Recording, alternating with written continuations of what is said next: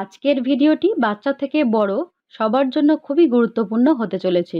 বিশেষ করে যারা তাদের রোগা পাতলা দুর্বল শরীরকে নিয়ে খুবই চিন্তিত, তারা আজকের রেসিপিটি ফলো করলে ইনশাল্লাহ 1 মাসেই তারা রেজাল্ট পেয়ে যাবেন। কারণ এটি পার্সোনালি আমার 9 বছর বয়সের বাচ্চার জন্য ব্যবহার করে খুব ভালো রেজাল্ট পেয়েছি। তাই ভাবলাম আপনাদের সাথে শেয়ার করে ফেলি। আর এটি কখন কিভাবে খাবেন সবকিছুই আজকের ভিডিওটিতে পেয়ে যাবেন। বাই দ্য ওয়ে, আমি বর্ষা, আর আজকের রেসিপি ওয়েট গেইন পাউডার। তো সবার প্রথমে এখানে পাউডারটা বানানোর জন্য কিছুটা পরিমাণে ওটস নিয়ে সেগুলোকে ড্রাই রোস্ট করে নিতে হবে। আপনাদের বলে রাখি, ওটসে কিন্তু প্রচুর পরিমাণে ফাইবার থাকে, যা কোষ্ঠকাঠিন্য দূর করতে সাহায্য করে। এছাড়া এটি বাচ্চাদের রোগ প্রতিরোধ ক্ষমতা বৃদ্ধি করে, মস্তিষ্কের বিকাশ ঘটায় এবং বোনসকেও শক্তিশালী করতে সাহায্য করে। এরপর কয়েক রকমের ড্রাই ফ্রুট নেব, যেমন আলমন্ড, কাজু, পেস্তা, আখরোট, আর ফ্লেভারের জন্য 4-5টা এলাচ। এরপর এগুলোকে মিডিয়াম ফ্লেমে ড্রাই রোস্ট করে নেব। এছাড়াও আরও কয়েকটি জিনিস লাগবে, সেটা একটু পরেই জানতে পারবেন। আচ্ছা, আমরা তো সকলেই কম বেশি ড্রাই ফ্রুটের গুণাগুণ সম্পর্কে জানি, তবুও আমি একটু বলে রাখি, ড্রাই ফ্রুটসে আছে ক্যালসিয়াম, ভিটামিন, মিনারেল, যা যে কোনো বাচ্চার শারীরিক গঠনে সহায়তা করে এবং পাশাপাশি স্মৃতিশক্তি বাড়াতেও সাহায্য করে। তো এখন দেখুন, এখানে আমাদের ড্রাই ফ্রুটগুলো রোস্ট করা হয়ে গেছে।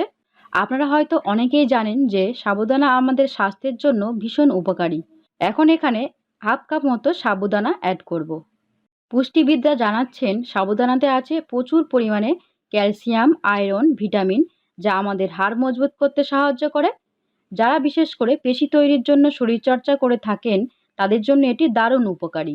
পাশাপাশি সাবুদানা শরীরকে যেমন ঠান্ডা রাখে, তেমনি হার্ট অ্যাটাক বা স্ট্রোকের মতো হৃদরোগকেও প্রতিরোধ করে। এখন এই সাবুদানার মিশ্রণটা একটা কাপে করে ভরে এই মিক্সিং বলে দিয়ে দেব পাউডার তৈরির জন্য। আর এই পাউডারটা কিভাবে খাবেন বা কতটা পরিমাণে খাবেন, সেটা অবশ্যই একটু পরে জানতে পারবেন।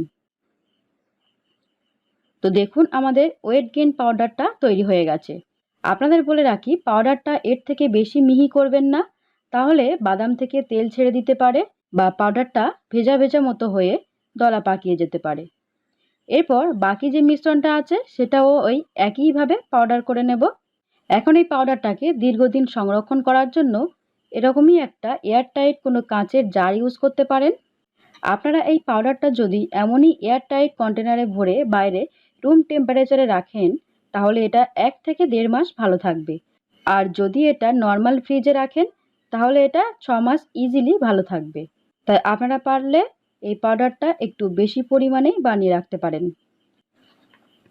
আশা করছি এই পর্যন্ত বুঝতে আপনাদের কোনো অসুবিধা হয়নি। তাহলে ওয়েট গেইন করার জন্য আমাদের পাউডারটা তো রেডি হয়ে গেছে। এখন এটা ব্যবহার করার পালা। সো আপনাদের মনে প্রশ্ন আসতে পারে, এটা কিভাবে খাবেন? চলুন তাহলে সেটা দেখিয়ে দিই। এখানে একটা পাত্রে প্রথমে 1 গ্লাস মতো দুধ নিয়েছি, তারপর আরও হাফ গ্লাস মতো দুধ এখানে অ্যাড করেছি। তো টোটাল এখানে 1.5 গ্লাস মতো দুধ আমি নিয়েছি।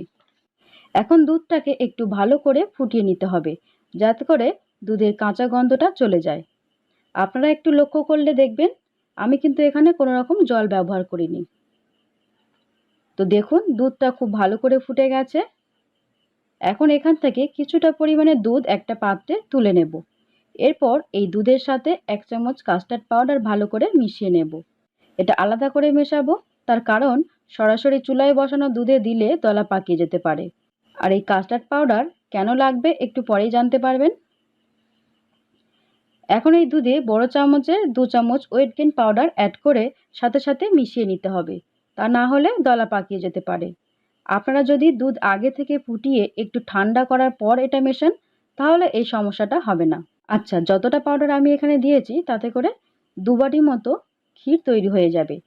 আর হ্যাঁ, এখানে একটা ছোট্ট টিপস, দুধের সাথে ওয়েট গেইন পাউডারটা মেশানোর পরে অবশ্যই 5 মিনিট ধরে নেড়ে চেড়ে কুক করতে হবে, যাতে করে পাউডারে থাকা সাবুদানা দুধের সাথে ভালো করে মিশে সফট হয়ে যায়। এই ক্ষীরটা আপনাদের কতটা গাঢ় বা পাতলা পছন্দ, সেটা আপনাদের চয়েস অনুযায়ী তৈরি করে নেবেন। এরপর এখানে দিয়ে দিতে হবে স্বাদ মতো মিষ্টি। তো তার জন্য আমি দিয়ে দেব 1.5 চামচ মতো চিনি আর 1 চামচ কনডেন্সড মিল্ক। তবে এটা অপশনাল, আপনারা যদি এটা স্কিপ করেন তাহলে চিনির পরিমাণটা একটু বাড়িয়ে দেবেন। তো দেখুন আমাদের ক্ষীরটা প্রায় তৈরি হয়ে গেছে। এই অবস্থায় যারা ধরুন দুধ বা দুধের জিনিস পছন্দ করেন না, তারা চাইলে এই ক্ষীরটা একটু আইসক্রিমের মতো ফ্লেভার আনার জন্য আমার মতো দিয়ে দিতে পারেন এই কাস্টার্ড পাউডার মেশানো মিল্ক। আর আপনাদের বলে রাখি, এই কাস্টার্ড পাউডারটা এরকমই লাস্টের দিকেই দেবেন, কারণ প্রথম দিকে দিলেই দুধটা খুব তাড়াতাড়ি ঘন হয়ে যাবে এবং তাতে কিন্তু এই ক্ষীরের টেস্টটা ভালো হবে না। দেখুন আমাদের ওয়েট গেইন পাউডারের ক্ষীরটা এখন রেডি। ওজন বৃদ্ধির জন্য এই ক্ষীরটা রোজ ১ বাটি করে খেতে হবে। তবে সেটা সারা দিনের মধ্যে যেকোনো সময় খেতে পারেন।